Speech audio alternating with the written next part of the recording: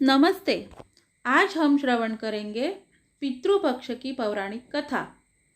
हिंदू धर्म के अनुसार पूर्वजों के लिए श्राद्ध में श्रद्धा रखना जरूरी है।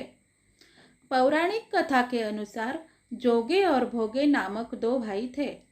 दोनों अलग अलग घरों में रहा करते थे। जोगे के पास धन की कोई कमी न थी, लेकिन भोगे निर्धन था।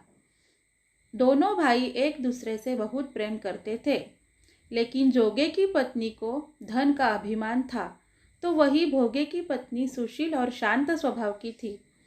जब पितृपक्ष आने पर जोगे की पत्नी ने उसे पितरों का श्राद्ध करने के लिए कहा, तो जोगे ने इसे व्यर्थ का कार्य समझकर टालने की कोशिश की। लेकिन जोगे की पत्नी केवल अपनी शान दिखाने के लिए श्राद्ध का कार्यक्रम करना चाहती थी, ताकि वह अपने मायके के लोगों को बुलाकर दावत कर सके। जोगे की पत्नी ने उससे कहा, मुझे कोई परेशानी न हो इसलिए आप ऐसा कह रहे हैं, लेकिन मैं सत्य कहती हूँ, मुझे इसमें कोई परेशानी नहीं है।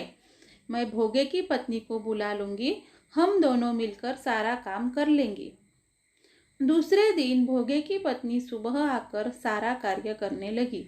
उसने अनेक पकवान बनाए। फिर सभी काम निपटाने के बाद अपने घर वापस आ गई, क्योंकि उसे भी पितरों का तर्पण करना था। जब पितर भूमि पर उतरे, तब वे जोगे के यहाँ गए और देखा कि उसके ससुराल पक्ष के सभी लोग भोजन पर जुटे हुए हैं। वहाँ ये सब देखकर वे बहुत निराश हुए। उसके बाद जोगे भोगे के पितर भोगे के यहाँ गए, तो देखते हैं कि मात्र पितरों के नाम पर केवल अगियारी दे दी गई है। पितर उसकी राख चाटते हैं और भूखे ही नदी के तट पर पहुंच जाते हैं। कुछ ही देर में सारे पितर अपने अपने यहाँ का श्राद्ध ग्रहण करके इकट्ठे हो गए और बताने लगे कि उनकी संतानों ने किस किस तरह उनके लिए श्राद्धों के पकवान बनाए। जोगे भोगे के पितरों ने भी सब कुछ बताया।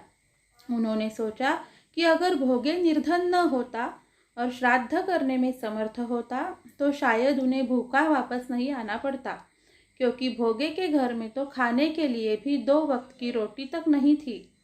ये सारी बातें सोचकर पितरों को भोगे पर दया आ गई।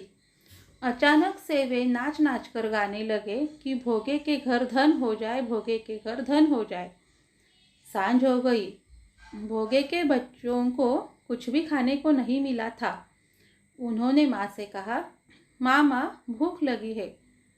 तब उन्हें टालने के बहाने से भोगी की पत्नी ने कहा, जाओ, आंगन में हौदी आंधी रखी है, उसे जाकर खोल लो और जो कुछ मिले बांटकर खा लेना। बच्चे वहाँ पहुँचकर देखते हैं तो क्या, हौदी मोहरों से भरी पड़ी है। वे दौड़े दौड़े माँ के पास पहुँचे और उसे सारी बातें बताई। आंगन में आकर भोगे की पत्नी ने यह सब कुछ देखा तो वह हैरान रह गई। इस तरह पितरों के आशीर्वाद से भोगी भी धन धान्य से परिपूर्ण हो जाता है, लेकिन वह इस बात का बिल्कुल अहंकार नहीं करता है और अगले बरस पूरी श्रद्धा के साथ भोगे एवं उसकी पत्नी अपने पितरों का श्राद्ध करते हैं। भोगे की पत्नी पितरों के लिए 56 प्रकार के व्यंजन तैयार करती है। वे दोनों ब्राह्मणों को भोजन कराते हैं। अपने जेठ जेठानी को बुलाकर वे सम्मान के साथ सोने और चांदी के बर्तनों में भोजन कराते हैं। इससे उनके पितर बहुत प्रसन्न होते हैं।